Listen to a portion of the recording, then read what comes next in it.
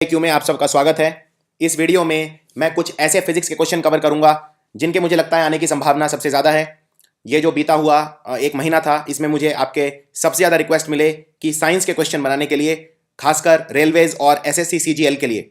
Science एक ऐसी चीज़ है जिसमें सबसे ज़्यादा परसेंटेज आता है रेलवे और एसएससी सीजीएल के अंदर। अगर एसएससी सीजीएल के अंदर 50 सवाल आते हैं तो उसमें से 20 साइंस के आते हैं। और साइंस में जैसे जैसे साल बढ़ रहे हैं वैसे वैसे फिजिक्स के क्वेश्चंस काफ़ी ज़्यादा पूछे जा रहे हैं। इनफैक्ट फिजिक्स के क्वेश्चन अब उतने ही आ रहे हैं, 5 से 6 क्वेश्चन कम से कम देख सकते हैं आप साइंस के अंदर, फिजिक्स के अंदर। और फिजिक्स क्योंकि ज़्यादातर लोगों ने फिजिक्स नहीं पढ़ी होती, खासकर जो बीकॉम या बीए बैकग्राउंड के छात्र हैं, फिजिक्स समझने में थोड़ी कठिनाई होती है। इस वीडियो में मैं कुछ ऐसे क्वेश्चंस कवर करूंगा जो किसी ना किसी एग्जाम में पहले फिजिक्स में पूछे जा चुके हैं, चाहे वो रेलवे, चाहे एसएससी सीजीएल, चाहे सीएचएसएल या एफसीआई। और ये वीडियोस पिछले 10-15 साल में बहुत ज़्यादा रिपीट हुए हैं और इनके आने की संभावना काफ़ी ज़्यादा है। मैंने वो वाले क्वेश्चंस कवर किए हैं जिनमें कंसेप्ट्स इन्वॉल्व होते हैं, जिससे मैं आपको थोड़े से कंसेप्ट्स फिजिक्स के समझा पाऊँ, सिखा पाऊँ। और इसमें इन क्वेश्चंस को अगर आप कर लेते हैं तो आप इन्हीं में से काफ़ी सारे क्वेश्चन एग्जाम में रिपीट देखेंगे। सो स्टार्ट करते हैं फिजिक्स। पहला सवाल, इलेक्ट्रिक बल्ब के अंदर हवा को कंप्लीटली रिमूव कर देते हैं, किस वजह से? क्या कारण है कि हवा को रिमूव कर दिया जाता है बल्ब के अंदर से? देखिए, पहले आपको यह याद रखना है, जो बल्ब होता है, बल्ब के अंदर आप इलेक्ट्रिसिटी देते हैं, इलेक्ट्रिसिटी जनरेट होती है, बिजली जनरेट होती है, विद्युत जनरेट होता है। और यानी कि जो एनर्जी इसमें जनरेट होती है, इसमें एनर्जी कन्वर्ट होती है, इलेक्ट्रिकल एनर्जी लाइट एनर्जी के अंदर, क्योंकि बल्ब हमें प्रकाश देता है। और इसके अंदर एक फिलामेंट होता है अंदर, यह फिलामेंट बना होता है टंगस्टन धातु का। बल्ब का फिलामेंट टंगस्टन धातु का बना होता है। अब अगर इसके अंदर ऑक्सीजन आ जाएगी तो ऑक्सीजन की एक प्रॉपर्टी होती है कि ऑक्सीजन किसी भी धातु के साथ उसे मिलके उसे ऑक्सीडाइज कर देती है। जैसे फॉर एग्जांपल अगर मैं जिंक धातु लेता हूं तो जिंक धातु के अंदर ऑक्सीजन इसको ऑक्सीडाइज करके जिंक ऑक्साइड बना देगी। इसी तरह कॉपर के साथ कॉपर ऑक्साइड बना देगी। इसी तरह लेड के साथ लेड ऑक्साइड। यानी कि कोई भी धातु हो, अगर उसमें ऑक्सीजन पड़ जाए तो वो धातु खराब हो जाएगी। इसे बोलते हैं ऑक्सीडेशन। धातु के अंदर जब ऑक्सीजन ऐड होती है या कार्बन रिमूव उससे करते हैं तो उसको ऑक्सीडेशन कहा जाता है। अब अगर ऑक्सीडेशन हो गया फिलामेंट का तो वो ढंग से काम नहीं करेगा। इसीलिए ऑक्सीडेशन को प्रिवेंट करने के लिए हम हवा हटा देते हैं, क्योंकि हवा के अंदर आप जानते हैं 78% के आसपास नाइट्रोजन होता है और 21% के आसपास ऑक्सीजन होता है। यानी हमारी जो हवा है उसमें ऑक्सीजन काफी ज्यादा है। इसलिए आंसर है बी। ऑक्सीडेशन ऑफ फिलामेंट को बचाने के लिए हम एयर हटा देते हैं बल्ब के अंदर से। और बल्ब पे एक सवाल यह भी पूछा जाता है कि बल्ब का जो फिलामेंट है वो किस धातु का बना होता है? वो टंगस्टन का बना होता है। टंगस्टन का क्यों बना होता है, किसी और धातु का क्यों नहीं? क्योंकि टंगस्टन, वो तापमान, वो टेम्परेचर जिस पे टंगस्टन पिघलता है वो काफी ज्यादा है। और बल्ब के अंदर गर्मी प्रोड्यूस होती है, सिर्फ प्रकाश ही नहीं प्रोड्यूस होता, गर्मी भी निकलती है बल्ब से। तो अगर जल्दी से पिघल जाएगा कोई धातु तो बल्ब की गर्मी से ही पिघल जाएगा। टंगस्टन पिघलता नहीं है क्योंकि इसका जो मेल्टिंग पॉइंट है वो धातुओं में सबसे ज्यादा है, इसलिए टंगस्टन का बना होता है। ट्रांसफार्मर किसे बोलते हैं? ट्रांसफार्मर एक ऐसा डिवाइस है जो क्या करता है, आपके 4 ऑप्शन हैं ये। वोल्टेज को कम ज्यादा करता है, ऑल्टरनेटिंग करंट को डायरेक्ट करंट में कन्वर्ट करता है, बिजली बनाता है, या डायरेक्ट करंट को ऑल्टरनेटिंग करंट में कन्वर्ट करता है। अब देखिए, करंट, हमारे जो घरों में करंट आता है, आपको यह याद रखना है, वो ऑल्टरनेटिंग करंट आता है। और ऑल्टरनेटिंग करंट क्या होता है? ऑल्टरनेटिंग करंट एक तरंग के रूप में बहता है, यानी एक वेव के रूप में बहता है। और डायरेक्ट करंट एक ही दिशा में सीधा बहता है। यह फर्क है डायरेक्ट करंट और ऑल्टरनेटिंग करंट के अंदर। अब हमारे घरों में ऑल्टरनेटिंग करंट क्यों आता है, डायरेक्ट करंट क्यों नहीं आता? क्योंकि ऑल्टरनेटिंग करंट को कम या ज्यादा किया जा सकता है ट्रांसफार्मर से। यानी ट्रांसफार्मर क्या करता है? वोल्टेज को कम या ज्यादा करता है। और इसका फायदा क्या होता है? इसका फायदा यह होता है, बिजली कंपनियों को फायदा होता है, क्योंकि वो वोल्टेज कम ज्यादा कर सकते हैं जो हमारे घर के अंदर आ रहा है, तो उससे उनका बहुत पैसा बचता है। क्योंकि करंट को जो डिस्टेंस ट्रेवल करना पड़ेगा, ऑल्टरनेटिंग करंट के लंबे साइकिल होते हैं वेव के, तो वो जल्दी से बहुत ज्यादा डिस्टेंस ट्रेवल कर सकता है। इसीलिए हमारे घर के अंदर ऑल्टरनेटिंग करंट आता है और ट्रांसफार्मर यूज करके बिजली कंपनियां बहुत सारा पैसा बचा लेती हैं। सो आंसर है ए, स्टेपिंग अप और डाउन वोल्टेज। वोल्टेज कम या ज्यादा करने के लिए यूज होता है ट्रांसफार्मर। दूसरी बात, एक बात और याद रखना एग्जाम के लिए, आप ट्रांसफार्मर को सिर्फ ऑल्टरनेटिंग करंट को कम ज्यादा करने के लिए यूज कर सकते हो, डायरेक्ट करंट को कम ज्यादा यूज करने के लिए नहीं यूज करते। ऑल्टरनेटिंग करंट को ही सिर्फ ट्रांसफार्मर कम ज्यादा कर सकता है। अगला सवाल, ऑल्टरनेटिंग करंट का क्या फायदा है डायरेक्ट करंट के मुकाबले? अब जैसा मैंने बताया, ऑल्टरनेटिंग करंट का क्या फायदा है? ऑल्टरनेटिंग करंट को कम ज्यादा किया जा सकता है ट्रांसफार्मर की मदद से। और उसकी वजह से क्या होगा? उसकी वजह से जो मान लीजिए बिजली का कोई खंभा है, वहां से हमारे घर में करंट आ रहा है, अब वो ऑल्टरनेटिंग करंट आएगा तो यानी कि वो बड़े लंबे समय लंबे डिस्टेंसेस तक ट्रैवल कर पाएगा, क्योंकि बिजली का खंभा जरूरी नहीं है हमारे घर के एकदम ऊपर हो, बिजली का खंभा हो सकता है हमारे घर से बहुत दूर हो, यानी करंट को जो डिस्टेंस ट्रैवल करना पड़ेगा वो बहुत ज्यादा करना पड़ेगा, इसकी वजह से पावर लॉस कम होगा। डायरेक्ट करंट के अंदर पावर लॉस बहुत ज्यादा होता है। मान लीजिए ये 2 पॉइंट है और यहां से डायरेक्ट करंट बह रहा है पॉइंट ए से पॉइंट बी तक, तो करंट यहां से यहां बहेगा, उसमें करंट बहुत ज्यादा नुकसान हो जाएगा उसका। लेकिन अगर ऑल्टरनेटिंग करंट बहेगा तो ऑल्टरनेटिंग करंट का जो क्वांटिटी है वो कम लॉस होगा। सो आंसर है A, it can be transmitted over long distances with minimum power loss. अगला सवाल है क्यूरी किसकी मापने की एक इकाई है, क्यूरी किसकी यूनिट है। देखिए ये क्यूरी नाम रखा गया मैडम मारी क्यूरी के नाम पे, मैडम मारी क्यूरी।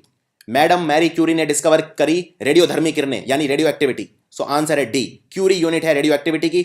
और मैडम मैरी क्यूरी जो थी ये पोलैंड देश की थी। पोलैंड एक छोटा सा देश है यूरोप के अंदर जिसकी राजधानी है हेलसिंकी, और पोलैंड देश की थी, इसीलिए इन्होंने 2 रेडियोधर्मी तत्व यानी रेडियो एक्टिव एलिमेंट डिस्कवर करे। एक का नाम है रेडियम, तो रेडियम का आविष्कार किसने किया, मैडम मारी क्यूरी ने। और दूसरा, क्योंकि ये पोलैंड की थी तो इन्होंने उसका नाम रख दिया पोलोनियम, क्योंकि अपने देश को सम्मान देना चाहती थी, पोलैंड के नाम पे रख दिया पोलोनियम। तो 2 रेडियोधर्मी तत्व यानी 2 रेडियो एक्टिव एलिमेंट डिस्कवर करे मैडम मारी क्यूरी ने, एक रेडियम दूसरा पोलोनियम। और मैडम मारी क्यूरी के साथ उनके हस्बैंड भी थे जिन्होंने इनका बहुत साथ दिया, इनका नाम था पियर क्यूरी। तो मैडम मारी क्यूरी और पियर क्यूरी दोनों थे, और मैडम मारी क्यूरी को सम्मानित करने के लिए रेडियो एक्टिविटी की नापने की इकाई यानी यूनिट रख दी गई क्यूरी। इस पे यूनिट पे एक क्वेश्चन कम से कम जरूर आएगा, हर एक की यूनिट पता होनी चाहिए। करंट को किसमें नापते हैं, करंट को नापते हैं एम्पियर के अंदर। वोल्टेज को किसमें नापते हैं, वोल्टेज को वोल्ट में नापते हैं, आसान है। लुमिनस इंटेंसिटी को नापते हैं कैंडेला में, और मैग्नेटिक फील्ड को नापते हैं टेस्ला में। तो ये सारी यूनिट याद रखना बहुत ज्यादा इंपॉर्टेंट है एग्जाम के लिए। Next question, power of lens हम किस में नापते हैं, लेंस, पावर ऑफ लेंस। अब देखिए ये क्वेश्चन गलत बहुत होते हैं। गलत क्यों होते हैं, क्योंकि ये नॉर्मल पावर की बात नहीं कर रहा। यानी कि जैसे फॉर एग्जांपल अगर आप कोई टॉर्च में डालने के लिए या बैटरी में डालने के लिए सेल खरीदते हैं, आप पूछते हैं इसकी पावर कितनी है, ये उस पावर की बात नहीं कर रहा। ये कह रहा है पावर ऑफ लेंस, यानी कि आप जो चश्मा पहनते हैं उसकी पावर की बात कर रहा है, ये नॉर्मल पावर की बात नहीं कर रहा। और पावर हम किसको बोलते हैं, एनर्जी पर यूनिट टाइम को पावर बोलते हैं। तो आप ये मत सोचिए इसमें एनर्जी होती है जूल और टाइम होता है सेकंड, तो आंसर हो गया जूल पर सेकंड। नहीं, पावर ऑफ लेंस पूछा है, लेंस की पावर नापते हैं डायोप्टर के अंदर। सो आंसर है डायोप्टर, और डायोप्टर को बोलते हैं 1/फोकल लेंथ, यानी आप जो चश्मा पहनते हैं उसकी फोकल लेंथ जितनी होगी आपको उसका उल्टा करना पड़ेगा, उसको बोलते हैं power. So power of lens नापते हैं डायोप्टर में। लेकिन हाँ, नॉर्मल पावर हम नाप सकते हैं जूल पर सेकंड में, जिसे बोलते हैं काम करने की शक्ति यानी एनर्जी पर यूनिट सेकंड, जिसको नॉर्मल पावर कहा जाता है। एक ऐसा औजार, एक ऐसा यंत्र, इंस्ट्रूमेंट जो ह्यूमिडिटी वातावरण के अंदर नमी नापने के लिए काम आता है, उसे क्या बोलते हैं। ये एक अच्छा सवाल है। इनफैक्ट इस तरह के क्वेश्चन आपको अक्सर दिखेंगे पेपर के अंदर, जब आपसे ये पूछेंगे कि ये वाला इंस्ट्रूमेंट किस चीज के काम आता है, वो वाला किस चीज के काम आता है। अब देखिए इसमें 4 ऑप्शन। एनीमोमीटर, एनीमोमीटर क्या नापता है, एनीमोमीटर नापता है कि हवा कितनी तेज चल रही है, यानी विंड की स्पीड नापता है एनीमोमीटर। और इसमें इस तरह का एक यंत्र लगा होता है एनीमोमीटर, उस पर 4 इस तरह के हवा जब चलती है तो इसको हिलाती है बहुत तेज तेज, और ये नापता है हवा की स्पीड कितनी है। हाइग्रोमीटर नापता है वातावरण के अंदर नमी। तो इस सवाल का जो आंसर है वो है बी, हाइग्रोमीटर। और थर्मोमीटर तो आप जानते हैं, थर्मोमीटर टेम्परेचर नापता है। हमारी बॉडी के अंदर जो नॉर्मल टेम्परेचर होता है वो होता है 37 डिग्री सेल्सियस या 98.4 डिग्री फ़ारेनहाइट। 98.6 मत समझना, 98.4 ही आंसर है। बहुत लोग इसमें कंफ्यूज होते हैं कि 98.4 है कि 98.6 है, आपको आंसर 98.4 लेके चलना है। 37.6 डिग्री भी आप इसको बोल सकते हैं सेल्सियस, ये सेल्सियस है, ये फ़ारेनहाइट है। थर्मोमीटर नापता है टेम्परेचर। और पायर हेलियोमीटर ये नापता है सोलर रेडियंस, यानी सूरज की जो किरणें हैं वो कितनी तीव्र हैं। तो सोलर रेडियंस, इररेडियंस भी बोलते हैं इसे, डायरेक्ट बीम भी बोलते हैं इसे, ये नापता है पायर हेलियोमीटर। तो अलग अलग तरह से बहुत सारे इंस्ट्रूमेंट हैं, लगभग 50 से ज़्यादा इंस्ट्रूमेंट हैं जो आपको याद करने हैं, जो क्या नापते हैं। और ये अक्सर पूछा जाता है, जैसे करंट नापा जाता है एम मीटर में, वोल्टेज नापी जाती है वोल्ट मीटर में। तो इस तरह से कई सारे इस तरह से नापने के यंत्र हैं जिनका आपको पता होना चाहिए। तो इन 4 में एनीमोमीटर नापता है विंड स्पीड, हाइग्रोमीटर नापता है वातावरण में नमी यानी ह्यूमिडिटी, थर्मोमीटर नापता है टेम्परेचर, और पिर हेलियोमीटर नापता है सोलर बीम इररेडियंस। अगला सवाल, एक स्टील की जो गेंद है, स्टील धातु की बनी हुई जो गेंद है, वैसे स्टील एक अलॉय है, तो वो मरकरी के ऊपर तैरती क्यों है।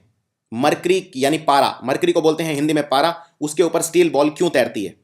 एक बात बताइए, जैसे तेल है, अगर आप तेल पानी के ऊपर डाल देंगे तो पानी के ऊपर तेल तैरता क्यों है।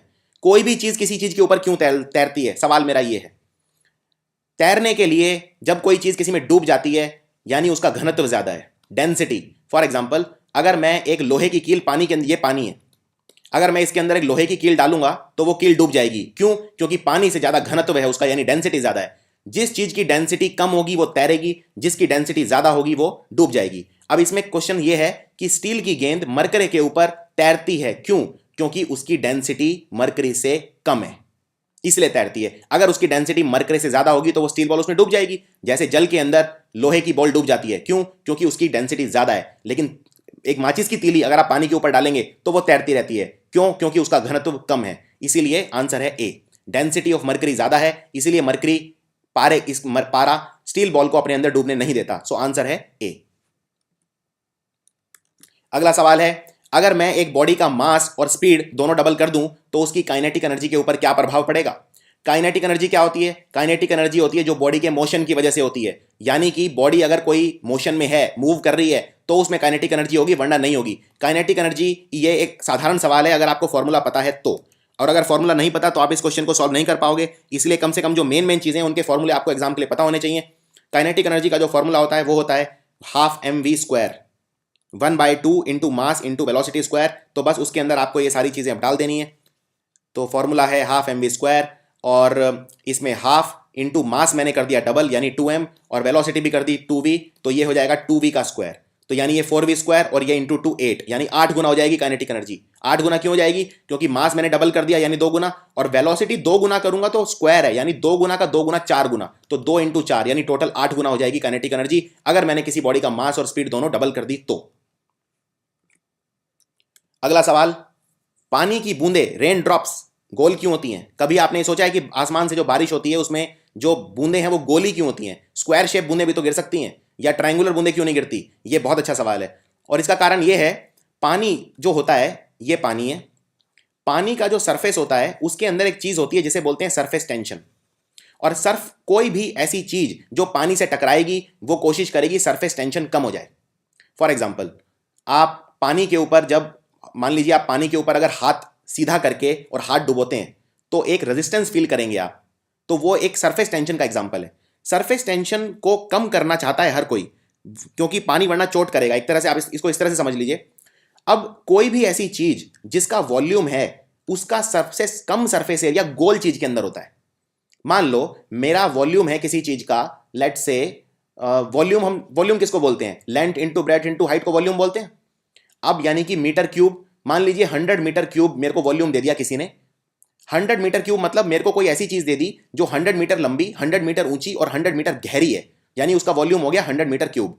अब इस 100 मीटर क्यूब को मैं कई शेप्स में चेंज कर सकता हूं। इस वॉल्यूम को सबसे कम सरफेस एरिया रहेगा अगर मैं इसे गोल बना दूंगा। कोई चीज, एक स्फेरिकल चीज ही ऐसी होती है जिसका सरफेस एरिया सबसे कम होता है फॉर द सेम वॉल्यूम। मैं इस 100 मीटर क्यूब को अगर मान लो एक क्यूब बना देता हूं, तो ये मैंने क्यूब बना दिया। मैं इसको कोई और शेप बना देता हूं, मान लो मैंने इसे एक क्यूबॉइड बना दिया, ये क्यूबॉइड बना दिया। इसमें सबसे कम सरफेस एरिया किसका रहेगा? स्फीयर का। और जितना कम सरफेस एरिया रहेगा सरफेस टेंशन उतना कम रहेगा। सो आंसर है डी, इसीलिए पानी की बूंदें गोल हो जाती हैं। स्पीड ऑफ साउंड सबसे ज्यादा किस में है? यह सवाल हर बार पूछा जाता है, साउंड की स्पीड सबसे ज्यादा किस में होती है? देखिए, साउंड जो होता है इसको माध्यम चाहिए ट्रेवल करने के लिए। मान लो एक कमरा है और इस कमरे में आप खड़े हैं यहां पे और आपका दोस्त खड़ा है यहां पे। अगर इस कमरे में हवा नहीं हुई तो आपकी आवाज यहां से यहां तक नहीं पहुंचेगी। यानी साउंड एक ऐसी तरंग है, एक ऐसी वेव है जिसे माध्यम चाहिए, और इन किरणों को बोलते हैं आयोनिक वेव्स। तो साउंड एक आयोनिक वेव है, यानी इसे मीडियम चाहिए प्रोपेगेशन के लिए। अब सवाल यह है, माध्यम जो है उस पर निर्भर कैसे करेगी? इसका एक सीधा सा रूल बताता हूं आपको। साउंड जो होता है, जितना ज्यादा डेंस कर दोगे मीडियम, उतनी ज्यादा साउंड की स्पीड बढ़ जाएगी। डेंस मतलब क्या है? जिसका घनत्व, जिसकी डेंसिटी उतनी ज्यादा है। अब हवा है, जैसे हवा, और दूसरा पानी, इसमें डेंसिटी ज्यादा किसकी है? ये आपको खुद सोचना है, डेंसिटी ज्यादा किसकी है। कोई मान लो अगर मैं धातु ले लेता हूं, मेटल, तो मेटल के अंदर डेंसिटी और ज्यादा है क्योंकि मेटल और ज्यादा भारी है। जो चीज जितनी ज्यादा घनत्व वाली होती है उसमें साउंड की स्पीड उतनी ज्यादा होती है। अब इनमें देख लो सबसे ज्यादा डेंसिटी किसकी है? पानी की, हवा की, लोहे की या वुड की? तो सबसे ज्यादा भारी क्या है इनमें? सबसे ज्यादा घनत्व किसका है? आयरन। सो आंसर है आयरन। इसका मैं एक आपको एप्लीकेशन बताता हूं। मान लो ये रेल की पटरी है और आप यहां खड़े हो सामने, और यहां से कोई बहुत दूर कोई आपको दिख नहीं रही ट्रेन, और आपको पता करना है कि ट्रेन आ रही है कि नहीं आ रही है। तो क्या आपने देखा है लोग पटरी के कान लगा के सुनते हैं? लोग पटरी के कान लगा के क्यों सुनते हैं? ऐसे ही क्यों नहीं सुनते? क्योंकि साउंड की स्पीड लोहे के अंदर ज्यादा है, यानी कि हवा में इससे पहले पता चलेगा, साउंड ट्रेवल करके आप तक आएगा, पटरी में जल्दी आ जाएगा। इसीलिए लोग पटरी के कान लगा के सुनते हैं कि ट्रेन आ रही है कि नहीं आ रही है। तो जितना ज्यादा माध्यम घनत्व बढ़ जाएगा उतना ज्यादा साउंड की स्पीड बढ़ जाएगी। अगला सवाल, चमगादड़ रात में उड़ पाता है, क्यों? क्यों उड़ पाता है चमगादड़? बैट, ये मैमल है, बैट पक्षी नहीं होता, याद रखना, बैट एक मैमल है। तो ये रात में क्यों देख पाता है, क्यों उड़ पाता है? क्या ये देख सकता है? नहीं, ये देख नहीं सकता। देखिए, मान लीजिए ये कोई चमगादड़ है और ये कुछ ऐसी ध्वनि देता है जो टकरा के चीजों के वापस आ जाती है, और फिर ये ध्वनि सुन लेता है वापस और इसे पता चल जाता है कि कोई चीज कितनी दूर है। इसको बोलते हैं अल्ट्रासोनिक वेव। अल्ट्रासोनिक वेव कौन सी वेव होती है, अब ये भी आपको पता होना चाहिए। देखिए, कुछ ही ऐसी आवाजें हैं जो हम सुन सकते हैं। अगर कोई आवाज बहुत ज्यादा है तो भी हम नहीं सुन सकते, कोई कम है तो भी हम नहीं सुन सकते। जैसे हमारे जो कान की फ्रीक्वेंसी है वो होती है 20 से लेके 20,000 हर्ट्ज, सिर्फ इतनी फ्रीक्वेंसी हम सुन सकते हैं। जैसे आपने कभी देखा होगा, अगर आप घर के अंदर दबे पैर चलें तो आप नहीं सुन पाते, लेकिन कुत्ता सुन लेता है, इसलिए वो उठ जाता है। तो क्योंकि जो डॉग होता है वो 20 हर्ट्ज से कम की फ्रीक्वेंसी भी सुन सकता है, जिसे हमारे कान नहीं सुन सकते। इसी तरह 20,000 हर्ट्ज से ज्यादा की फ्रीक्वेंसी भी हम नहीं सुन सकते, लेकिन चमगादड़ 20,000 हर्ट्ज से ज्यादा की फ्रीक्वेंसी सुन सकता है और उसे ट्रांसमिट भी करता है, जिसे बोलते हैं अल्ट्रासोनिक वेव। तो अल्ट्रासोनिक वेव वो वेव होती हैं जिनकी 20,000 हर्ट्ज से ज्यादा होती है फ्रीक्वेंसी। ये भी क्वेश्चन आपको याद रखना है। अगला सवाल, एक पर्सन है, वो लिफ्ट के अंदर खड़ा है, तो लिफ्ट के अंदर वो अपना वजन ज्यादा महसूस कब करेगा? तो ये एक काफी इंपॉर्टेंट क्वेश्चन है कि पर्सन लिफ्ट के अंदर खड़ा है तो वो अपना वजन महसूस कम करेगा, ज्यादा करेगा, क्या करेगा? एक सीधा सा तरीका बताता हूं याद रखने का। ये मान लीजिए एक रुकी हुई लिफ्ट है, वजन हमेशा नीचे की तरफ लगता है, ये तो आपको पता है क्योंकि ग्रेविटी नीचे की तरफ लगती है। मान लीजिए कोई पर्सन खड़ा है लिफ्ट के अंदर, ये लिफ्ट है, अभी लिफ्ट रुकी हुई है, यानी इस पर्सन के ऊपर कितना फोर्स लग रहा है? नीचे, मास इनटू ग्रेविटी, क्योंकि फोर्स को बोलते हैं मास इनटू एक्सेलरेशन। और यहां पे पर्सन की एक्सेलरेशन कितनी है? mg, क्योंकि लिफ्ट रुकी हुई है। अब मान लीजिए लिफ्ट ऊपर जा रही है, लिफ्ट ऊपर जा रही है तो पर्सन की जो नेट एक्सेलरेशन हो गई वो हो गई मास इनटू ग्रेविटी प्लस ए। ए यहां पे लिफ्ट की एक्सेलरेशन है ऊपर की तरफ, तो यानी कि पर्सन का टोटल हो गया mass into gravity plus acceleration, और एक्सेलरेशन की कुछ वैल्यू तो होगी, यानी पर्सन अपने आप को पहले से ज्यादा भारी महसूस करेगा। अब मान लो कोई लिफ्ट नीचे जा रही है, लिफ्ट नीचे जा रही है तो पर्सन की जो नेट हो गई वो हो गई g माइनस ए, यानी g माइनस ए, यानी पर्सन अपने आप को पहले से हल्का महसूस करेगा। आप भी कभी लिफ्ट में देखना, अगर आप कभी लिफ्ट में चौथे फ्लोर से फर्स्ट फ्लोर जा रहे हो, यानी नीचे जा रहे हो, तो आप अपने आप को हल्का महसूस करेंगे। एक बात और बताता हूं इंटरेस्टिंग, मान लो अगर लिफ्ट टूट जाती है, भगवान ना करे ऐसा हो आपके साथ, लेकिन मान लीजिए अगर गलती से लिफ्ट टूट गई और नीचे एकदम से गिरने लगी बहुत तेजी से, तो आपका वजन कितना हो जाएगा? आपका वजन हो जाएगा 0। क्यों? क्योंकि आप फ्री फॉल करेंगे तो आपकी एक्सेलरेशन हो जाएगी 0, ग्रेविटी माइनस ए, आप नीचे जा रहे हैं g माइनस ए, और एक्सेलरेशन आपकी ग्रेविटी के बराबर हो जाएगी, यानी g माइनस जी यानी कि 0। तो टोटल आपको ऐसा लगेगा आपका कोई वजन ही नहीं है, क्योंकि आप नीचे एकदम से गिर रहे हैं। तो यानी कि लिफ्ट टूट गई तो आप होंगे वेटलेस, यानी आपका वेट होगा 0। अगला सवाल, अगर मैं किसी बॉडी की वेलोसिटी वैसे स्पीड को ही बोलते हैं, लेकिन एक डायरेक्शन के अंदर होती है वेलोसिटी, इतना फर्क है, बाकी वेलोसिटी और स्पीड में कोई फर्क नहीं है। अगर मैं किसी बॉडी की वेलोसिटी डबल कर दूं तो इनमें से क्या चीज डबल हो जाएगी? इस तरह के सवाल अक्सर आते हैं, फॉर्मूला बेस्ड क्वेश्चन है। मोमेंटम बोलते हैं quantity of motion content in the body. Momentum को लिखा जाता है mass into velocity, change in velocity. Energy की तो कोई भी फॉर्म हो सकती है, हम ये नहीं कह सकते सारी एनर्जी डबल हो गई, कुछ एनर्जी तो ऐसी है जो वेलोसिटी पे डिपेंड ही नहीं करती, तो ये ऑप्शन तो गया। पोटेंशियल एनर्जी बोलते हैं mass into gravity into height, ये डिपेंड ही नहीं करती वेलोसिटी पे, तो आंसर ये भी गया। काइनेटिक एनर्जी डबल हो जाएगी? नहीं, अगर बॉडी की वेलोसिटी डबल हो जाएगी तो काइनेटिक एनर्जी 4 गुना हो जाएगी, क्योंकि काइनेटिक एनर्जी होती है हाफ mv²। तो v के अंदर अब मैं v की बजाय 2v लिखूंगा, 2v² मतलब होता है 4v², यानी काइनेटिक एनर्जी 4 गुना हो जाएगी। तो आंसर है ए, मोमेंटम इज डबल्ड। और वो क्यों? क्योंकि मास इनटू वेलोसिटी डबल हो गई, यानी मोमेंटम हो गया 2mv, क्योंकि स्पीड 2 टाइम्स हो गई। सो आंसर है मोमेंटम डबल हो जाएगा। अगला सवाल, जो वजन होता है शरीर का वो सबसे ज्यादा कहां पे होता है? इसमें बताना है आपको। पहाड़ों पे ज्यादा होता है जमीन के मुकाबले, पोल्स यानी जो हमारे ध्रुव हैं, उत्तरी ध्रुव और दक्षिणी ध्रुव, वहां पे ज्यादा होता है। हमारा वजन इक्वेटर पे ज्यादा है। इक्वेटर वो लाइन है जो धरती को 2 हिस्सों में बांटती है, उत्तरी गोलार्ध और दक्षिणी गोलार्ध, northern pole and southern, northern hemisphere and southern hemisphere. या फिर अर्थ पे कहीं भी चले जाओ, हमारा वेट उतना ही रहेगा। याद रखिए एक बात, हमारा जो हम जिस चीज के बने हैं मैटर, उसको हम मेजर करते हैं मास में, वजन में नहीं, यानी इसकी यूनिट होती है केजी। और जो वजन होता है वो हमारा चेंज होता रहता है, क्योंकि वजन होता है मास इनटू फोर्स। और ये फोर्स कौन सा फोर्स है, यहां पे फोर्स से मतलब मेरा एक्सेलरेशन है, ग्रेविटी। तो मास इंटू ग्रेविटी। अब ग्रेविटी हर जगह नहीं है अर्थ पे सेम। इक्वेटर के ऊपर ग्रेविटी सबसे कम है और पोल्स पे ग्रेविटी सबसे ज्यादा है, और मुझे चाहिए मास इंटू ग्रेविटी।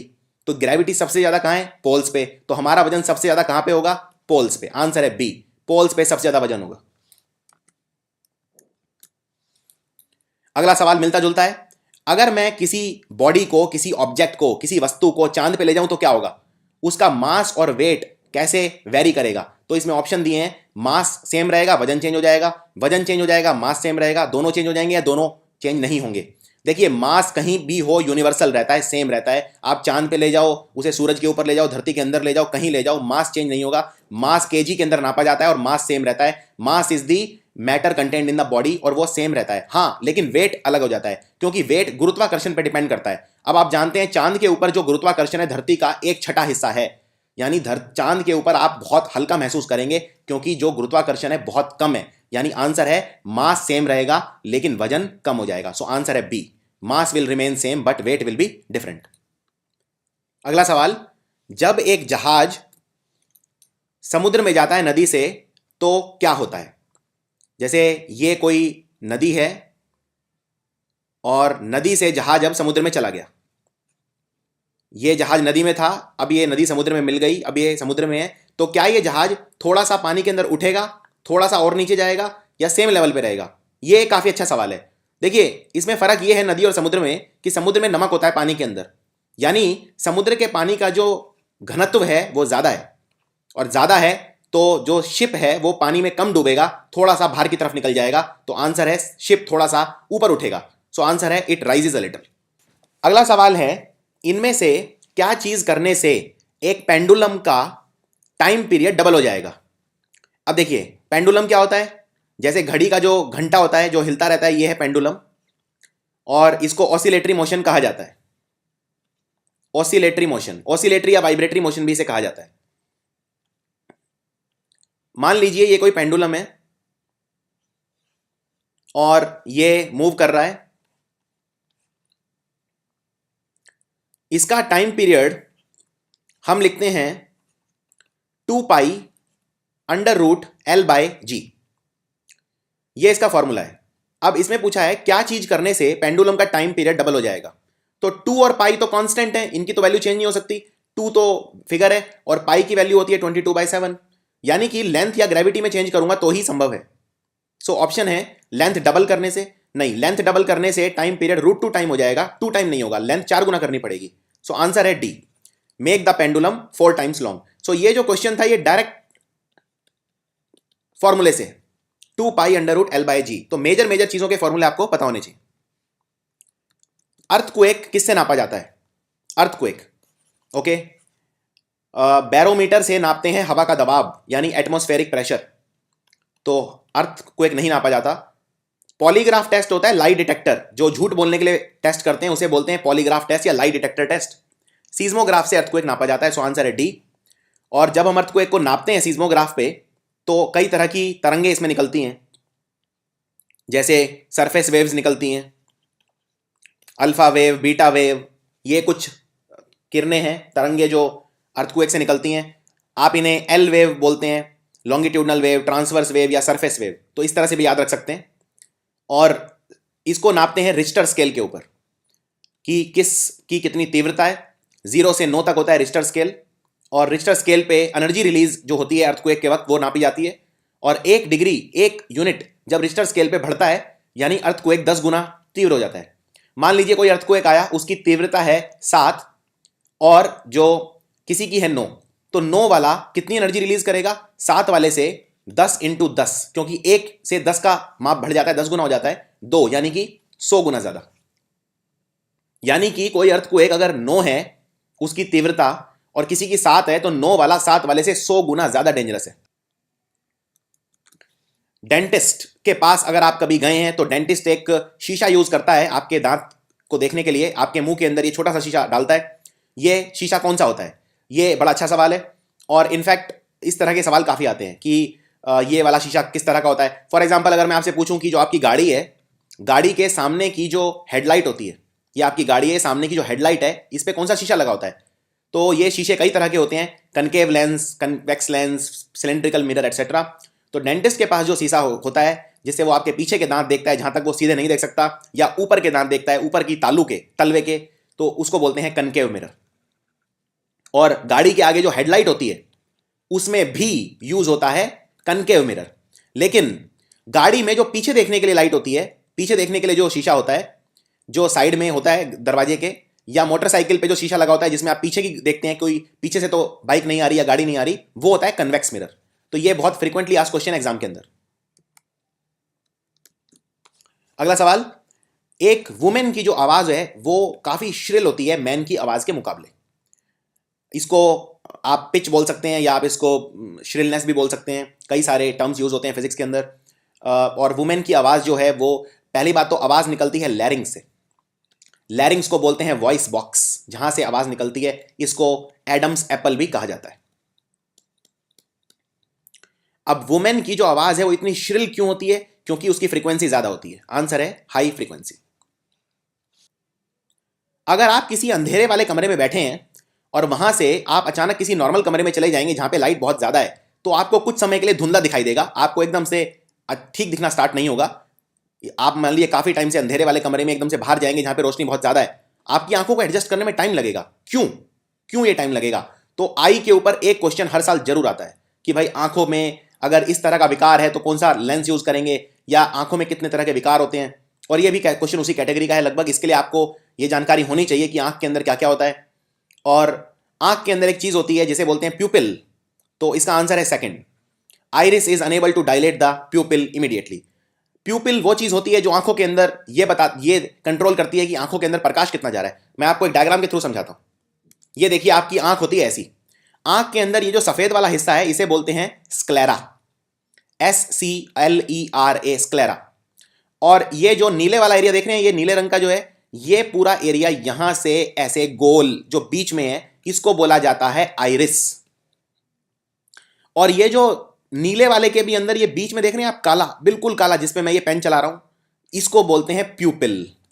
और ये प्यूपिल आंखों के अंदर कितना प्रकाश जा रहा है ये कंट्रोल करता है। अगर आप ऐसी जगह पे हैं जहां पे डिम रोशनी है तो प्यूपिल अपना साइज बढ़ा लेगा, ज्यादा रोशनी जिससे आंखों के अंदर जाए। लेकिन अगर आप धूप के अंदर हैं तो आपकी आंखें ही नहीं खुलेंगी। क्यों नहीं खुलेंगी? क्योंकि प्यूपिल नहीं खुलने देगा, प्यूपिल का साइज बहुत छोटा हो जाएगा। छोटा क्यों हो जाएगा? क्योंकि रोशनी बहुत ज्यादा आंखों को बचाने के लिए आंखों के अंदर नहीं जाने देगा।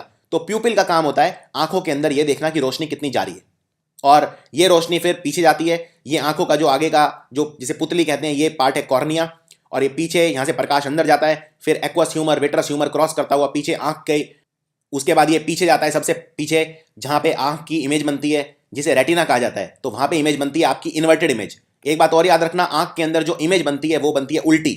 अगर आप किसी पेड़ को देख रहे हैं ऐसे, तो आंख के अंदर वो उल्टा बनेगा पेड़ पीछे, लेकिन फिर वो सीधा क्यों दिखता है हमें, उल्टा क्यों नहीं दिखता? वो इसलिए क्योंकि आंख के अंदर तो इमेज उल्टी बनती है, लेकिन जब आंख उस मैसेज को ब्रेन तक पहुंचती है तो ब्रेन उसे दोबारा सीधा कर देता है।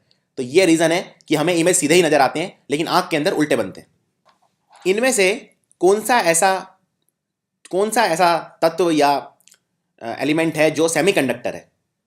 देखिए, अगर किसी चीज में से करंट पास हो जाता है उसे बोलते हैं कंडक्टर। जैसे जितने भी मेटल है हमारे, ज्यादातर अच्छे कंडक्टर होते हैं। किसी चीज में से करंट अगर पास नहीं होता वो उसे बोलते हैं इंसुलेटर। जैसे ईंट में से तो करंट पास नहीं होता। इसी तरह जो नॉन मेटल होते हैं, अधातु, उनमें से भी करंट पास नहीं होता, तो ये सब इंसुलेटर है। जैसे रबड़, क्या रबड़ के अंदर से करंट पास हो जाता है? नहीं, तो रबड़ क्या है? इंसुलेटर।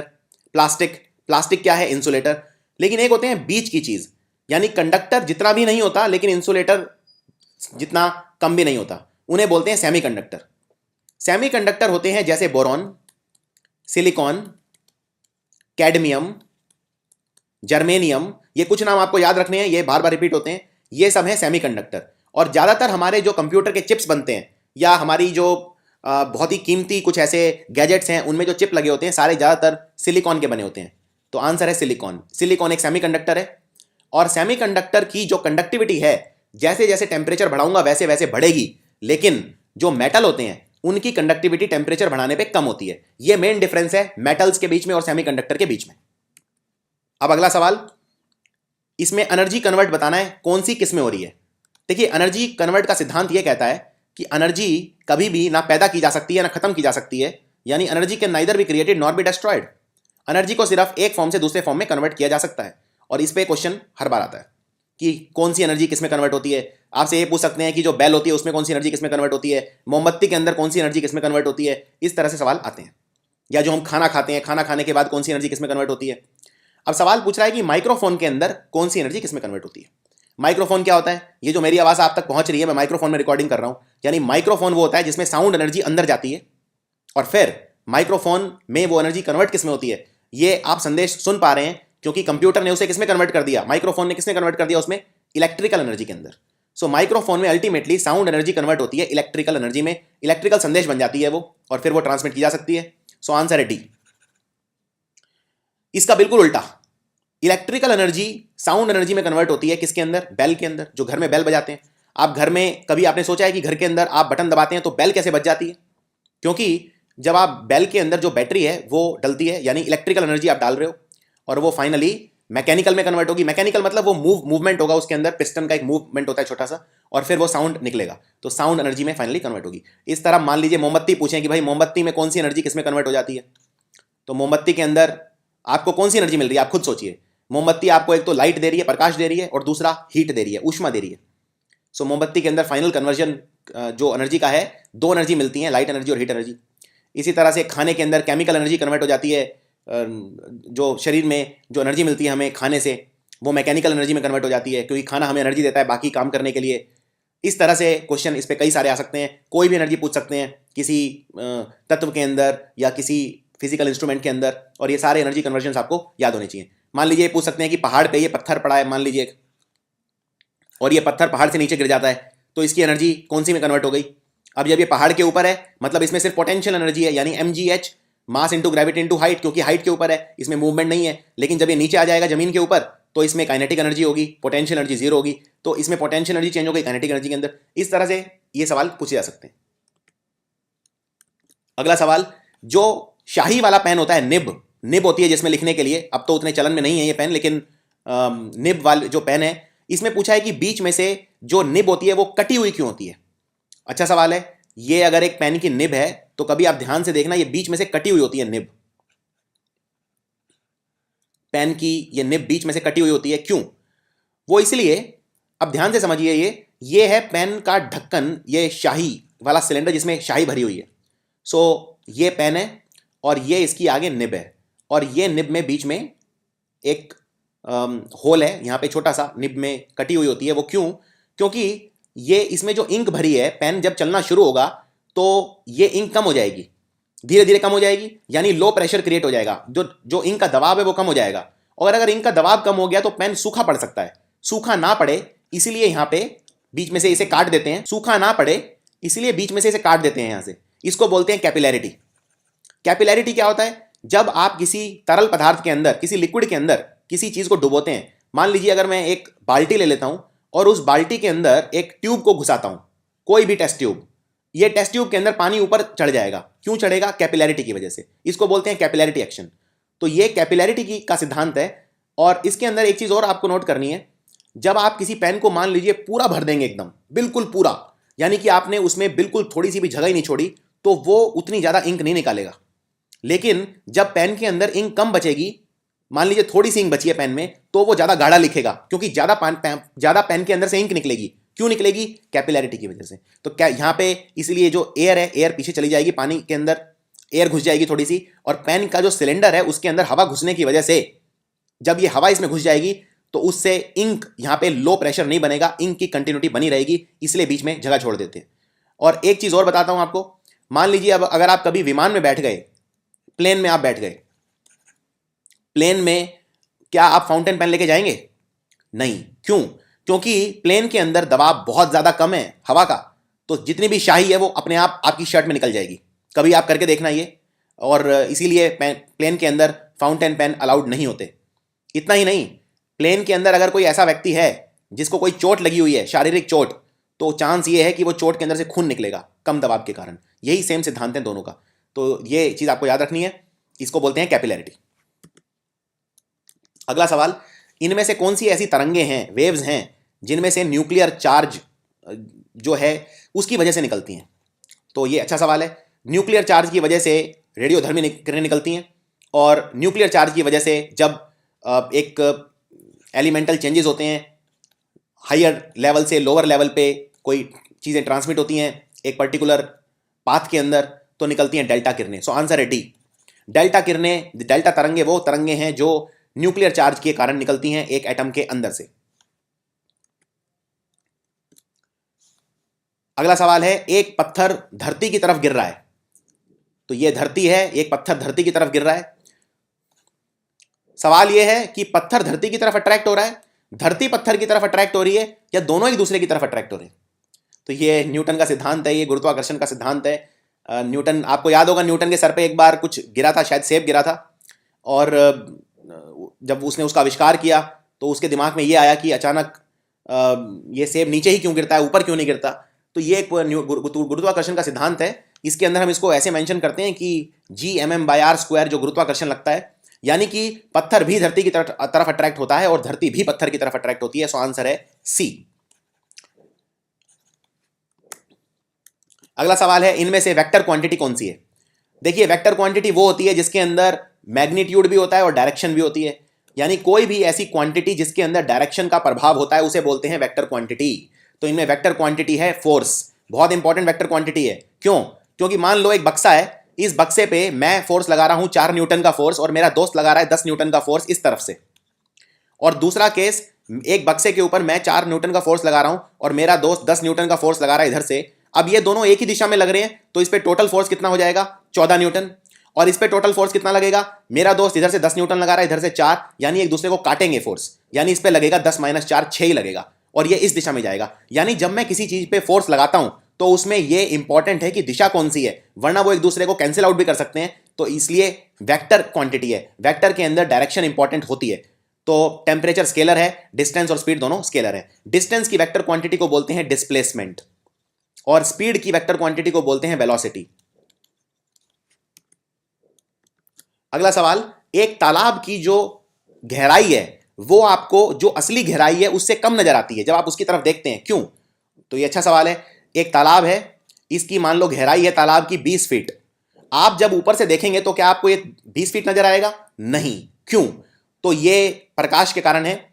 जब प्रकाश किसी डेंसर मीडियम से रेयरर मीडियम में जाता है तो उसको बोलते हैं, या रेयरर से डेंसर में जाता है तो वो बेंड हो जाता है, उसको बोलते हैं रिफ्रैक्शन। सो आंसर है बी, रिफ्रैक्शन ऑफ लाइट के कारण जब आप किसी तालाब में देखते हैं तो उसकी जो गहराई आपको उतनी नजर नहीं आएगी जो जितनी है।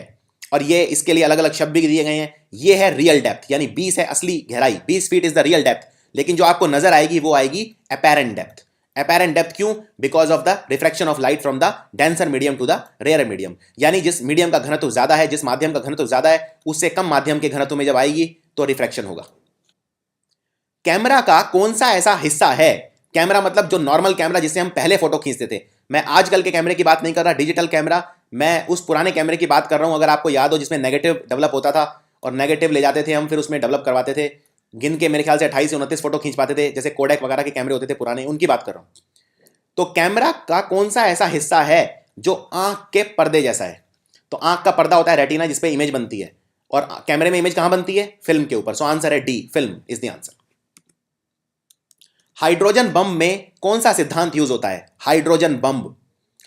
अब देखिए, ये सूरज है, सूरज के ऊपर इतनी गर्मी क्यों है? सूरज हमें गर्मी ऊष्मा क्यों देता है? क्योंकि सूरज के अंदर हाइड्रोजन मिलके बनाता है हीलियम, और साथ में निकलती है बहुत ज्यादा एनर्जी। इसे बोलते हैं फ्यूजन, यानी इसे हिंदी में बोलते हैं विलयन। जब छोटी छोटी चीजें मिलके एक बड़ी चीज बनाती है, इसे बोलते हैं फ्यूजन, और इसमें साथ में एनर्जी भी निकलती है, और ये एनर्जी है जो धरती तक पहुंचती है। सो आंसर है न्यूक्लियर फ्यूजन।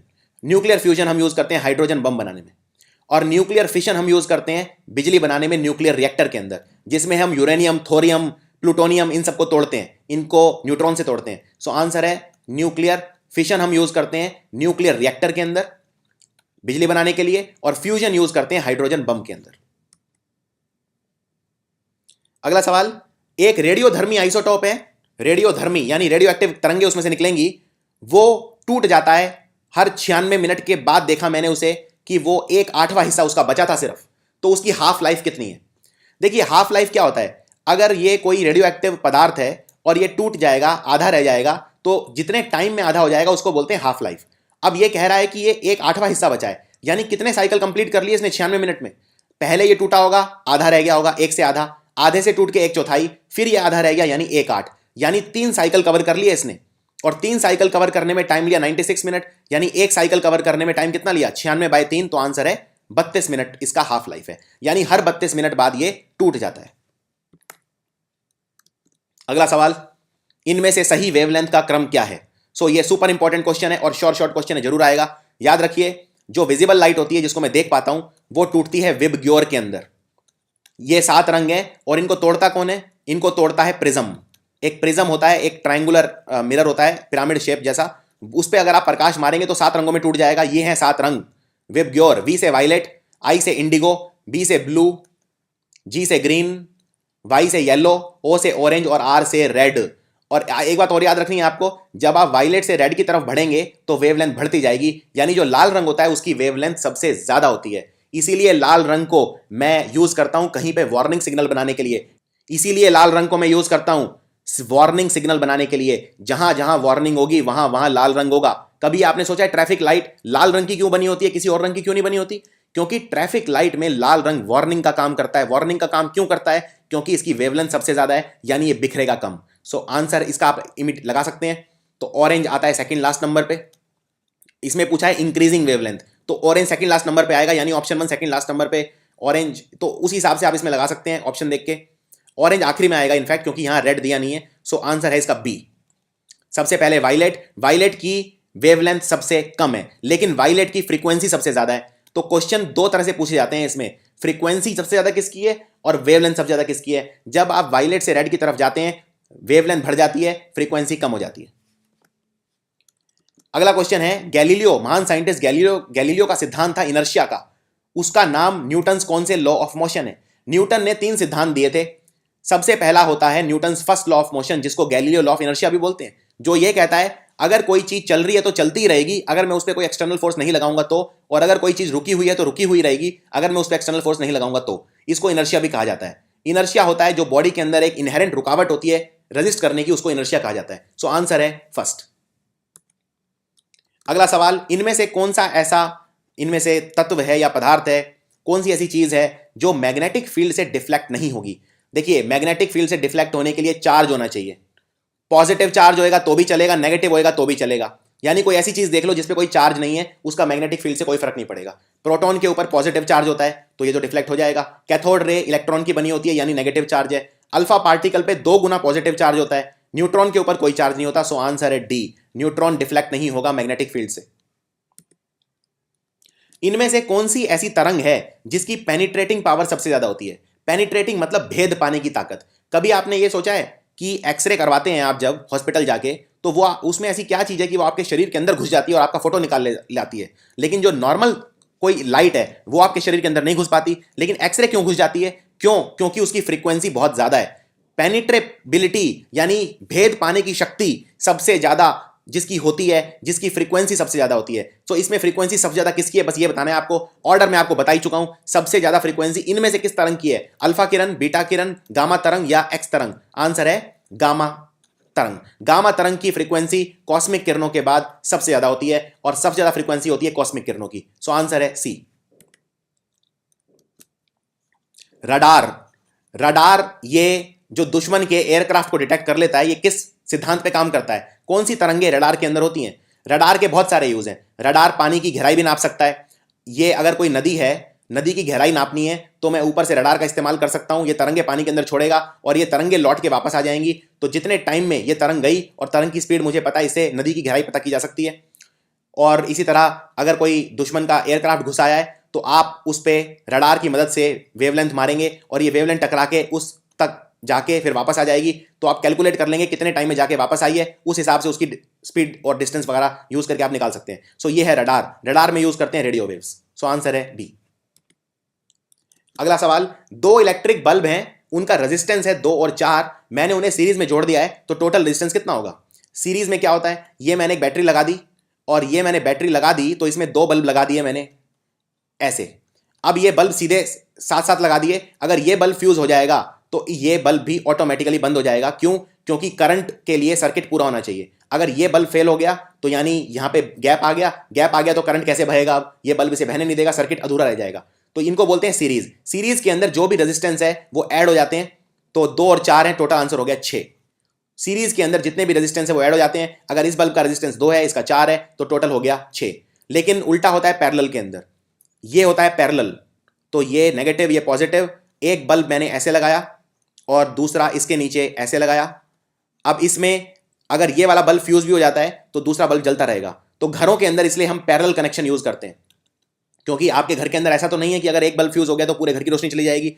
हम पैरेलल कनेक्शन यूज करते हैं, यानी करंट के कई रास्ते होते हैं पैरेलल के अंदर। तो यहाँ पे नेगेटिव टर्मिनल से करंट निकलेगा, नीचे जाएगा, वो इधर भी जा सकता है, नीचे से ऊपर भी जा सकता है, यानी दोनों के अंदर रेजिस्टेंस जो होगा वो होगा 1/R is equal to 1/R1 plus 1/R2।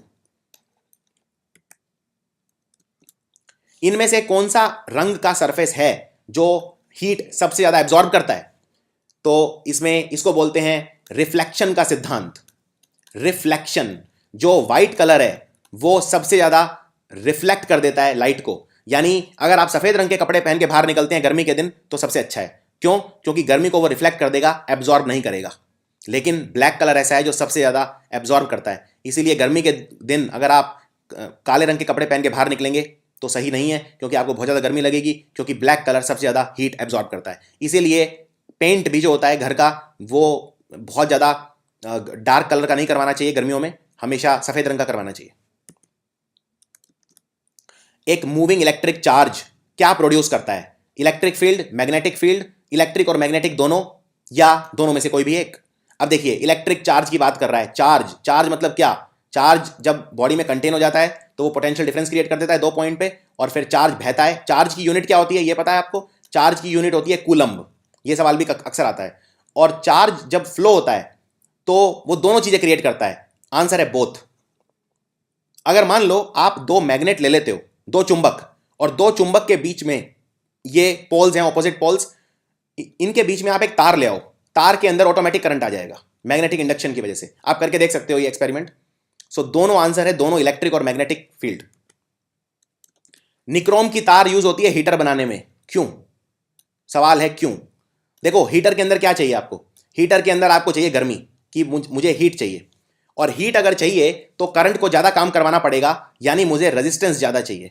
Current को रेजिस्टेंस बहने से रोकता है, और अगर रोकेगा तो करंट को काम ज्यादा करना पड़ेगा रेजिस्टेंस को ओवरकम करने के लिए, रेजिस्टेंस को हराने के लिए, यानी करंट गर्मी प्रोड्यूस करेगा, और ये गर्मी पीछे एक पंखा लगा होता है वो मुझे फेंक देगा, इसको हीटर बोलते हैं। यानी निक्रोम तार में क्या क्या होना चाहिए? हाई रेजिस्टेंस होना चाहिए, बिल्कुल ठीक है आंसर। हाई मेल्टिंग पॉइंट होना चाहिए, हाई मेल्टिंग पॉइंट भी होना चाहिए, क्योंकि अगर ये तार में हीट प्रोड्यूस होगी और ये, तो यही हीट, यही गर्मी, यही ऊष्मा इसे पिघला सकती है। सो आंसर है ए भी, और सी ऑप्शन है, क्योंकि ये करंट को 5 एम्पियर तक सह सकता है, तो ये भी ठीक है, यानी आंसर है all of the above. Nichrome की जो तार है वो हाई रेजिस्टेंस भी होनी चाहिए, हाई मेल्टिंग पॉइंट भी होना चाहिए उसका, तो आंसर है डी, ऑल द अबव। अगला क्वेश्चन है, फॉर्म्स ऑफ मैटर कितने होते हैं?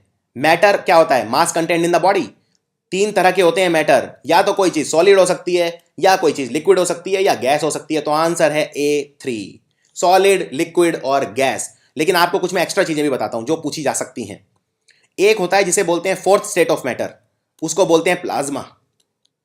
एक होता है फिफ्थ स्टेट ऑफ मैटर, जिसे बोलते हैं बॉस आइंस्टीन कंडेंसेट। और एक होता है सिक्स्थ फॉर्म ऑफ मैटर, बहुत कम लोग जानते हैं इसे बोलते हैं फर्मियोनिक पोटेशियम, फर्मियोनिक कंडेंसेट ऑफ पोटेशियम। तो ये मैं थोड़ी सी आपको एडवांस चीजें बता रहा हूं आपके ज्ञान के लिए। फर्मियोनिक कंडेंसेट ऑफ पोटेशियम, ये बस आप नाम याद रख लो, इसमें हम बहुत डिटेल में नहीं जाएंगे ये क्या है, लेकिन आंसर आपको 3 मार्क करना है। अगर एक बंद कमरा है और बंद कमरे के अंदर मैं अपना फ्रिज खोल दूंगा तो कमरा ठंडा हो जाएगा कि गर्म हो जाएगा? बताइए। अब देखिए, ये एनर्जी का सिद्धांत लगा कंजर्वेशन का। ये एक कमरा है और ये कमरे में फ्रिज रखा हुआ है। ये फ्रिज का दरवाजा मैंने खोल दिया, तो ये मत सोचिए कि फ्रिज ठंडा करता है तो कमरा ठंडा हो जाएगा, नहीं, फिर कमरा उल्टा गर्म हो जाएगा। क्यों? क्योंकि आपने ये दरवाजा खोल दिया फ्रिज का, फ्रिज के अंदर जो हीट थी वो बाहर निकल गई, यानी फ्रिज को ज़्यादा हीट प्रोड्यूस करनी पड़ेगी, फ्रिज को मेहनत ज़्यादा करनी पड़ेगी ठंडा करने के लिए, यानी फ्रिज वर्क करेगा, फ्रिज वर्क ज़्यादा करेगा। वर्क क्या होता है? वर्क यानी हीट, दोनों की यूनिट जूल होती है, यानी फ्रिज के अंदर से हीट निकलेगी और वो हीट कमरे में फैल जाएगी, क्योंकि फ्रिज को ज़्यादा मेहनत करनी पड़ेगी चीज़ें ठंडी करने के लिए। तो आंसर क्या है? Temperature of the room will increase. Choke, choke क्यों यूज करते हैं? चोक आपने सुना है कभी? चोक क्यों यूज करते हैं? चोक हम यूज करते हैं करंट एसी सर्किट के अंदर कम करने के लिए। करंट हमारे घर में कम आए, एसी सर्किट के अंदर, किसी भी एसी सर्किट के अंदर कम आए, चोक यूज करते हैं। और इसमें एक ऑप्शन देखिए, बड़ा अच्छा ऑप्शन है, ऑल्टरनेटिंग करंट को डायरेक्ट करंट में कन्वर्ट कौन करता है? तो ये चोक नहीं करता, ये करता है रेक्टिफायर, जैसे डायोड, ये ऑल्टरनेटिंग करंट को डायरेक्ट करंट में कन्वर्ट करता है। हमारी बॉडी का या किसी का भी कौन सा ऐसा टेम्परेचर है जब वो कोई भी ऊष्मा नहीं देगा? पहले तो आप ये बताओ टेम्परेचर की यूनिट क्या होती है? टेम्परेचर की यूनिट क्या होती है? केल्विन, स्टैंडर्ड यूनिट है केल्विन। सेल्सियस मत सोचना, गलत कर दोगे आंसर, केल्विन। अब -273 डिग्री सी को बोलते हैं जीरो केल्विन, यानी एब्सोल्यूट जीरो, इसमें कोई हीट नहीं होगी। सो आंसर है डी, -273 डिग्री सेल्सियस। इससे कम टेम्परेचर पॉसिबल ही नहीं है धरती के ऊपर, धरती पे नहीं कहीं पे भी, क्योंकि इसको एब्सोल्यूट जीरो बोलते हैं, यानी जीरो केल्विन। पारसेक किसकी यूनिट है? इस तरह के क्वेश्चन भी आ सकते हैं हिला के रख देने वाले। पारसेक, देखिए, एक आपने ये शब्द सुना है लाइट ईयर? एक साल के अंदर लाइट या प्रकाश जितना डिस्टेंस ट्रेवल करता है उसे बोलते हैं लाइट ईयर। कई बार एग्जाम में क्वेश्चन आता है कि लाइट ईयर किसकी यूनिट है? सब लोग मार्क कराते हैं टाइम, टाइम की यूनिट नहीं है। ईयर देख के ये मत सोचो टाइम की यूनिट है, लाइट ईयर डिस्टेंस की यूनिट है, क्योंकि डिस्टेंस नापती है। लाइट ने एक साल में कितना डिस्टेंस ट्रेवल करा, ये होता है लाइट ईयर। और 3.26 लाइट ईयर को पारसेक बोलते हैं। तो आंसर है डिस्टेंस। अगर आप 3.26 लाइट ईयर को मिला देंगे तो बन जाएगा एक पारसेक। तो लाइट ईयर भी आता है और पारसेक भी आता है, दोनों यूनिट है डिस्टेंस की। सो ये थे कुछ इंपॉर्टेंट क्वेश्चन फिजिक्स के जो मुझे लगा मेरे को आपके साथ शेयर करने चाहिए, क्योंकि मुझे इतने सारे आपके ईमेल मिले। और एक बात याद रखिए, जीएस के अंदर स्कोर करना बिल्कुल आसान नहीं है। जीएस एक ऐसी चीज़ है जो कंसेप्ट अगर आपके नहीं है तो आप एक सीमा से ज़्यादा रट्टा नहीं लगा सकते, याद नहीं कर सकते। थोड़े से कंसेप्ट की आपको ज़रूरत पड़ेगी। और मैं आपको बहुत बहुत शुभकामनाएं देता हूं आपने आपके आने वाले एग्जाम्स के लिए, रेलवेज़ के लिए और एसएससी सीजीएल के लिए। अगर कोई भी आपको डाउट है, कोई भी आपको कोई किसी भी चीज़ से रिलेटेड डाउट, आप मुझे ईमेल कर सकते हैं। और ये वीडियो फिजिक्स वाला कैसा लगा ये आप मुझे नीचे कमेंट्स में लिख के बता सकते हैं। अगर आप चाहते हैं कि मैं रेलवे से रिलेटेड और भी वीडियोस बनाऊं तो आप कमेंट्स में लिख सकते हैं। मैं पूरी कोशिश करूंगा जैसे ही समय मिले, या कोई अगर खास टॉपिक है जो आप चाहते हैं रेलवे से रिलेटेड या एसएससी सीजीएल से रिलेटेड जो मैं कवर करूं, तो आप मुझे कमेंट्स में लिख के बता सकते हैं। ये वीडियोस अपने फ्रेंड के साथ जितना हो सके शेयर कीजिए, जिससे वो भी फिजिक्स के कुछ कंसेप्ट्स सीख सकें। और इसी तरह से आपका प्रोत्साहन मुझे जिस तरह से मिल रहा है उसके लिए मैं आपका आभारी हूँ। Thank you for watching.